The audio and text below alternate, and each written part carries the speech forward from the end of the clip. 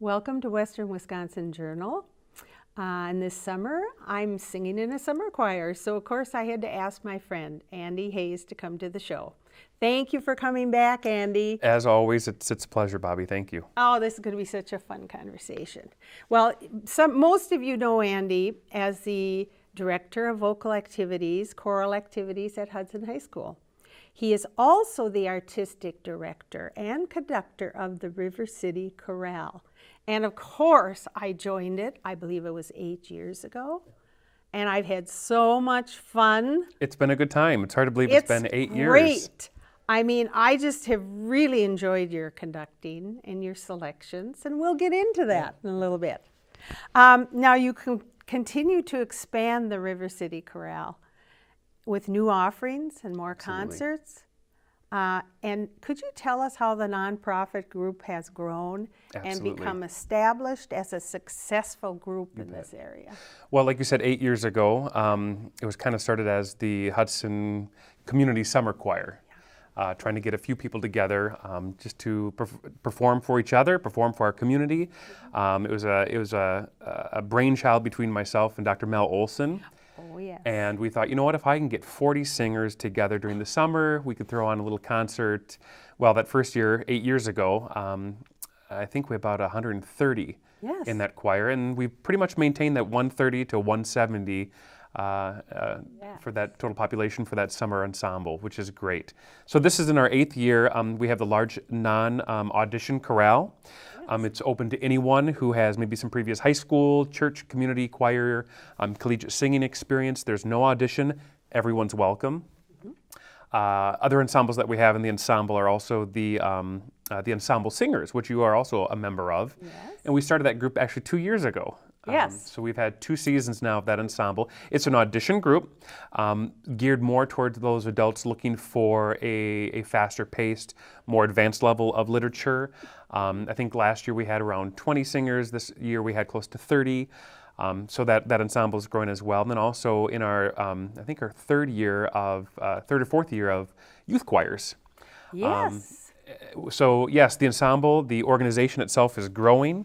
We officially became a nonprofit organization a few years ago, which is hard to believe, thinking it was just me and Louise Weir a few years ago, just a little checkbook and Louise taking care of all the bills, and now we've grown into this larger organization, fundraisers, donations, and whatnot to support the choral arts here in Hudson. Oh, and it's I have to tell you, that ensemble, it's been like something I wanted to do my whole life. Excellent. And well, it's great. It's just been a delight for me to be able to do probably more serious literature, big variety of literature. I mean, my goodness, you really do bring in the interesting things. Well, thank you. I appreciate that. You know, I try to provide some variety, and occasionally I bring back some pieces that I've done before, but for the most part, I try to do newer literature that people haven't seen before. And of course, with a group like this large, of course, we do have a little bit of a donation, a membership fee. Yep, absolutely. But we also developed something called a fundraiser a few years back. Absolutely, And yeah. so has that helped out quite a bit? It really has. We've had now 3 different gala events, fundraisers to help support the organization. Our most recent was this last April. At Troy Burn, which was beautiful. And we kind of did more of a twist. Rather than the gala event where people come, you bid on silent auctions and live auction items, let's make it really feature what the organization's all about, and that's singing. So it was an actual concert with a sit-down dinner. Of course, we had all those wonderful aspects of the silent live auction to help support as well, but we really wanted to feature the singers and make it a concert for our patrons. And so the ensemble singers provided a 45-minute concert, which was extremely well received, followed by an evening of festivities and fundraising to help support this organization. Oh. And you know, it was so great to get that feedback after singing and doing that concert. I thought, is this going to work? Is it going to be too long? Are we going to get enough silent auction bidding? But it all worked just beautifully. So your concept, once again. Well, and it needs to go to the board of directors as well, and to their vision for helping this ensemble, this organization to really grow and thrive in the St. Croix River Valley. Yes, and then as I've noticed, we do get donations. Sometimes we ask for a $5 donation. Absolutely. And that works too. You bet. And I want to make sure that these concerts are accessible to families and people in our community.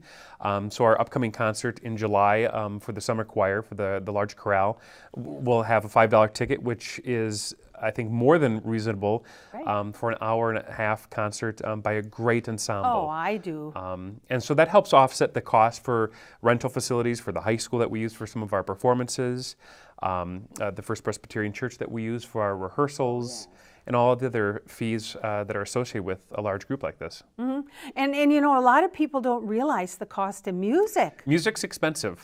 When you look at this summer choir and the music that we've picked out, I think there's about 10 or 11 pieces in there. Yes. When you total all that music up, it's right around $20, $25 just for the music. Oh, yeah. So you have to pay for the music, and then you have to pay for everything else that goes along with that. So That's exactly music isn't right. cheap anymore. Exactly. And then because you do such extensive music and interesting, and you add so many different facets like instrumental accompaniment and strings and so on, that's another cost. Absolutely. I want to make sure that the singers have the utmost positive musical experience. So I want to make sure that if there are instrumentalists that we need to hire, that we're hiring qualified musicians that can come help support the work of this chorale. And that is such fun for me to have that accompaniment going and all those different instrumentals with us. So thank you for that Absolutely. too. Absolutely. All right, you've created a lot of groups for singers now in the Valley, and the response has been outstanding. I just thought we refer back to December. We presented 2 successful concerts to over 600 people. You bet. Well, like we said, this is our 8th year now, the organization. We started off as a summer community choir.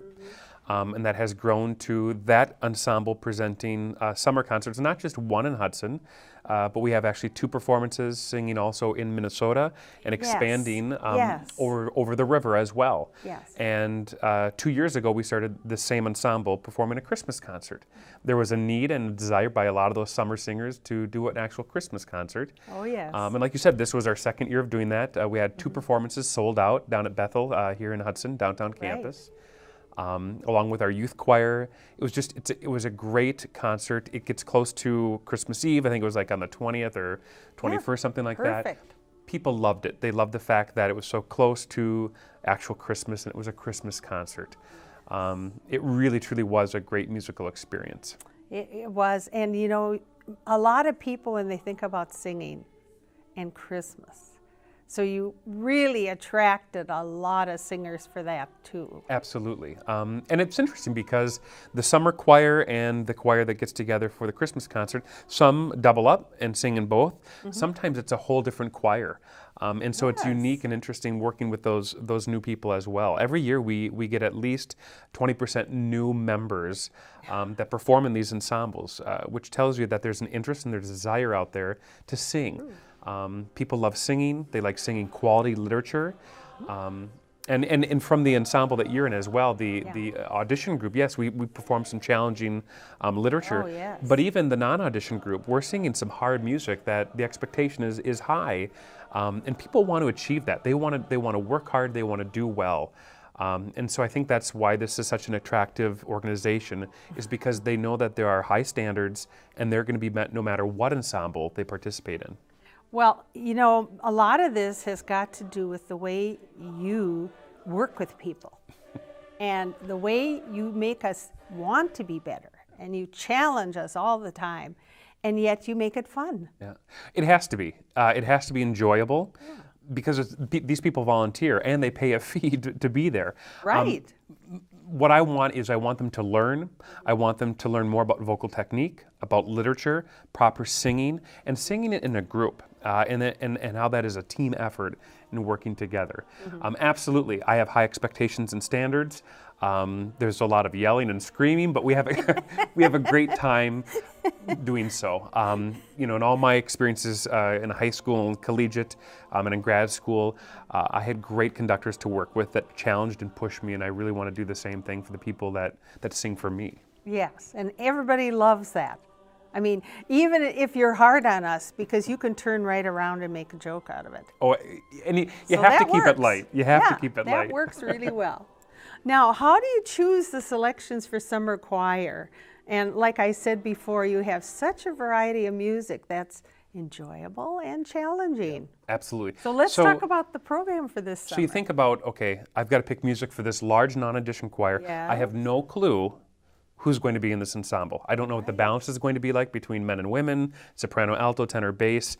It's kind of up in the air. I have a pretty good idea who's going to be in it, but then every year it really changes. It's a new choir for each season, really. And I look at it as kind of a dinner. There has to be some meat and potatoes, something with substance, right? There has to be a little bit of dessert, something sweet.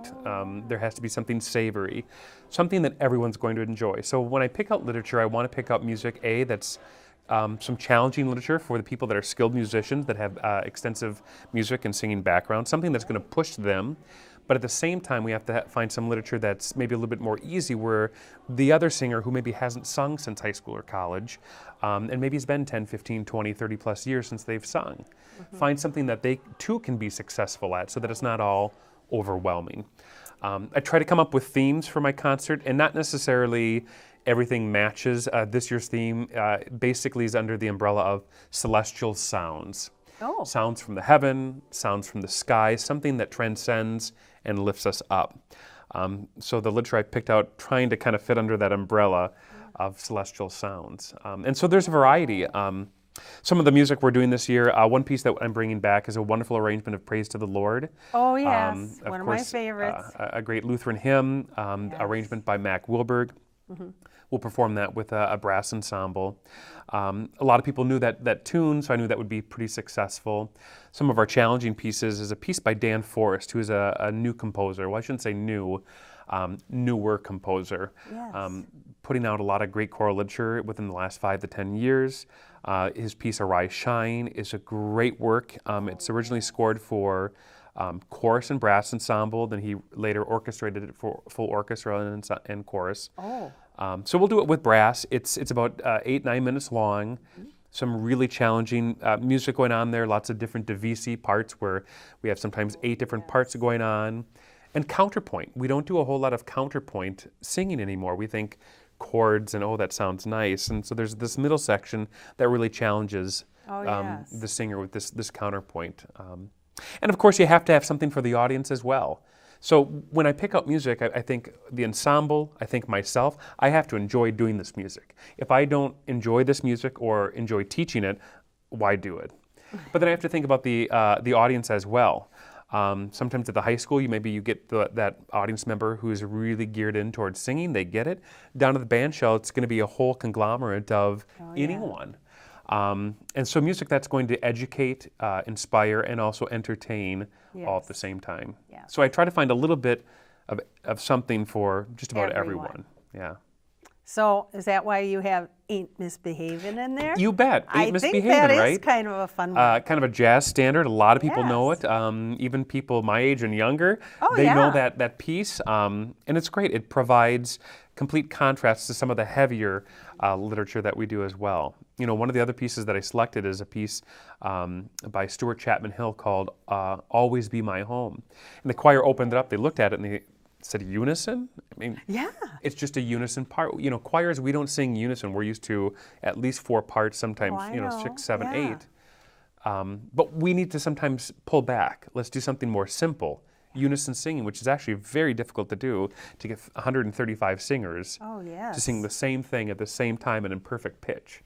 So that actually has been a challenge for us, and they're doing great with that piece. But it provides some contrast to some of the other literature. And I think sometimes, like you're talking about really difficult rhythms in some of these pieces, like the Dan Forrest. Absolutely. And also, even when you're singing in a jazzy swing style, some of the people have a little trouble with that. Because they want it to be like the 1, 2, 3, 4 beat. They want it to be pretty straight and even, Yeah. and it's not, and it throws them off. And what I love about this group is, like I said, you have people that have music degrees and advanced level of singing and music experience to people that don't have that. And what happens is they complement each other. Well, Those people that at the top are helping support the people at the bottom and providing them with a great musical experience. Wow. And because of our sheer numbers, you don't feel like the whole weight of your part is on your own Oh, shoulders.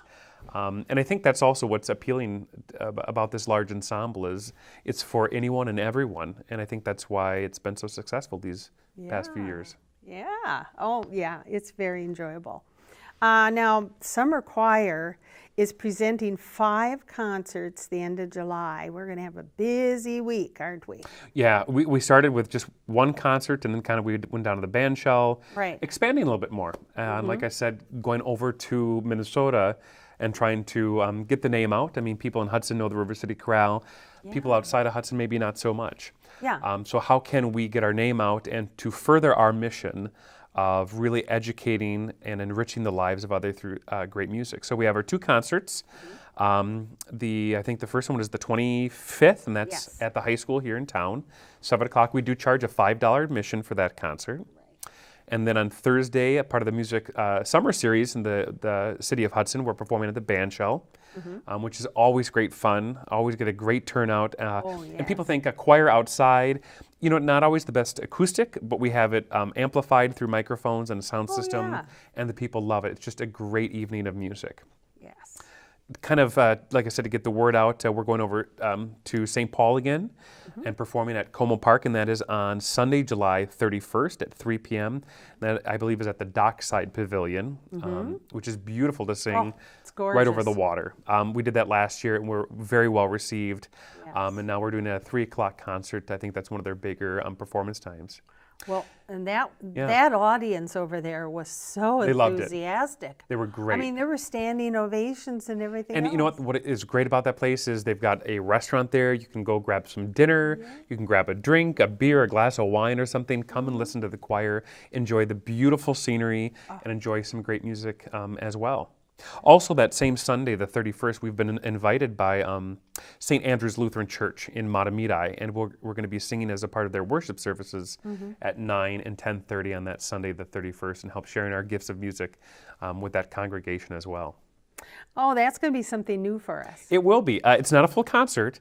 No. There'll be 4 or 5 pieces that we'll probably, you know, kind of tack in as a part of the service. Right. But again, what a great exposure for the organization, for the Yes. singers, and for Hudson. St. Andrew's is a large Lutheran church over in the Twin Cities area. And actually, a few of those church choir members are singing over here with us this summer. Oh, yes. And some of them driving all the way from Andover, Minnesota, which is quite a haul, all the way over here to Hudson. So we're thrilled for these concerts, like I said, to share the gift of music with these communities. And St. Andrews already has a reputation for good music. They're phenomenal. St. Andrews has always had great music, and we're just lucky to be a part of their summer series to help them out. Oh, I think that's great. I think that's going to be a really fun day, a busy, fun day. Yes. And it's going to be a little interesting to see how some of our older members get through that day. But They'll be I'm tired. sure They'll be fine. fine. They'll be fine. I'll keep because them energized. once you're singing, you don't think about anything else. Absolutely. So I think that's just great. Absolutely great. Now, I have to ask you this You bet. question because you've always got new ideas. And I love that. So what are your goals now for the future? I mean, it seems like you've covered every facet of a choir. So yeah, I mean, this was kind of what I envisioned for the ensemble, for the organization, I should say. We're going to expand, I think, more with the ensemble singers and doing some more concerts and more outreach concert as well. Yeah. I love the fact that we now have a Christmas and a summer concert with the large ensemble, maybe throwing in a larger work every a couple of years and maybe getting everyone and doing a joint concert with my chamber choir at the high school here in town. Oh, yeah, that was fun. We did that last year with the Yes. ensemble singers and did Dan Forrest's Requiem with Yes. an orchestra, which was extremely that well was a beautiful received. piece. I'm about gorgeous. collaboration. I want to bring in high school singers, youth singers, the community, and doing things collaboratively. I think that's where you see the most amount of benefit for community, for singers. And I'd like to see more of that in our future, and I think it's going to happen. I do. I just, and I love the fact that you started a youth choir. I want to see more of that myself. More that will be coming our way this fall. Yeah, and also because it's such a great opportunity for those kids. It is. I started off the youth choir, and I loved working with them. My schedule got a little busy, wasn't able to do it. Oh, yeah. I hope that this fall my schedule will open up a little bit more where I can have more hands-on experience with these kids and provide them with that real foundation of group singing at that age. So looking forward to working with them. That's a great idea. Now we should maybe say thank you to the community because you're going to be having a new auditorium. Absolutely. So what's that going to be like? Well, yeah. So the community passed a referendum for the school district, which is phenomenal. We certainly appreciate that vote. Right. And part of that is renovations to the auditorium. Yes. And right now we're working with architectures and trying to figure out what that will look like and how that will work with our school. It certainly won't add seats to the space because we're confined to where we are, but certainly much needed upgrades to a facility that falling apart and for an organization like ourselves that use that space, we're thrilled and happy for the outcome of that vote to help support the arts. That was just wonderful, and I love it when I drive by the high school. There's a big sign that says "Thank you, Hudson." Absolutely, you bet. And it's very, very. I'm in a very happy place when I can think about that being expanded and improved. Absolutely, yeah. It was much needed, and we're thrilled to move forward with those changes. We have so much in Hudson to be thankful for, and we have such an excellent music program, and we really did have a facility that wasn't up to where it should have been quite. Absolutely, and with these changes, looking forward to what that's going to look like and how the organization, the Chorale, can support the school as well. Yeah, I'm really pleased with that because I'm just really excited to see that new facility and everything else, and I'm one of those people who likes to go to all the concerts. So. Absolutely. But anything else you want to emphasize today? No, it's always fun to come and chat with you. Yes, it is. I love talking about the organization, yes. What we do for the community, for the singers, for audience members. I guess what I would say is if anyone's watching this and would like to know more information about the chorale, whether it's the large chorale, the ensemble singers, auditions for that ensemble will happen in August. More information about the youth choir, I'd like to direct them just to our website, which is www.therivercitychorale.com. And they can find more information about how they can get involved as a singer, as a supporter, as a donor. We'll have plenty of information for them on that website. And if they don't find their information, to go ahead and email us at that website, and someone will be in touch with them to help find their way. Oh, that's a great. Yeah, I'm really glad you said that because I get asked that question many times around town even. Absolutely. And how to get in touch and so on. And you have really a nice website. And we actually have CDs and other things too. So we're kind of expanding that way so we can get it out that way where people can enjoy listening. Absolutely. And again, thankful for your station here for videotaping our concerts. Oh, yes. And making that available to people as well and broadcasting it. People love seeing whether it's the high school or the chorale, they love seeing the concerts on TV, and what a great thing for our community. I watch it myself. And I kind of critique it sometimes, but yeah, Nate and his crew do a really good job with that. And whoever, a lot of people I assume can't get to the concert, then that's very nice that they can be listening to it on cable channel 15. So a plug for that too. You bet. Well, thank you for coming today. Thank you, Bobby. And you're always welcome to come back anytime. Great. Because I have to keep up with you here. I have to find out what you got planned for us in the future. Absolutely. We have a lot of fun with that. So I do want to thank everyone for watching today. I hope you've enjoyed this interview and got some ideas about how the River City Chorale runs, and we'd like to see you at some of the summer concerts. Thank you again.